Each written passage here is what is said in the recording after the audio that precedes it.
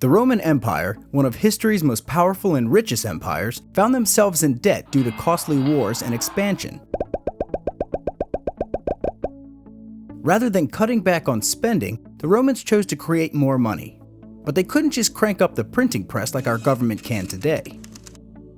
Back then, money was still 100% gold and silver, so they slowly reduced the precious metal content in their coins, replacing the precious metal with worthless metal like bronze. Over time, they continued cutting their coins with cheap metals, producing them with less and less silver and gold, but with the same face value. 200 years later, the currency had lost 95% of its value. But what took the Romans 200 years to do to their money has taken the United States only 80. Now, compared to gold, the dollar's lost 95% of its value, and like the Romans, the United States began cutting its coins with cheaper metals. Prior to 1965, US quarters and dimes were 90% silver. From 1965 to 1970, half dollars were 40% silver. Now, these coins have no silver in them at all. They are entirely copper and nickel, worth about a fourth of their face value in metal. The one coin that remains unchanged is the nickel.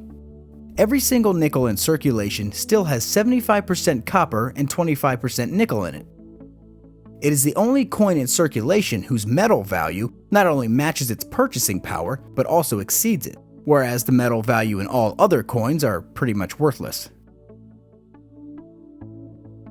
And while pre-1965 dimes and quarters and pre-1971 half dollars do hold value unlike today's versions, most of them have been pulled out of circulation by hoarders, people who know their worth and hold on to them. This makes nickels the only coin remaining with any true value. Right now is your chance to do what the silver coin hoarders did back in the early 1960s. The debasement of the US nickel is looking very likely. In today's economy, with the dollar continuing to fall, the government will look to replace the metal in nickels with a cheaper substitute like zinc, consequently taking away its metal value.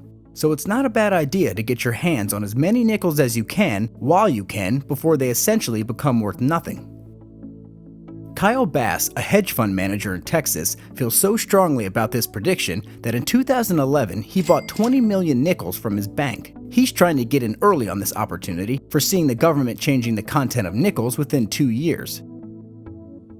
And while you can't legally melt down nickels in order to sell the metals they contain, if and when the government devalues the metal in a nickel, a market for copper nickel coins will likely develop just as it did for silver coins.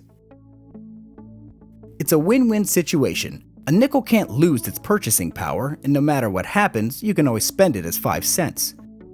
But if the nickel follows the trend of its fellow coins, you stand to make incredible gains.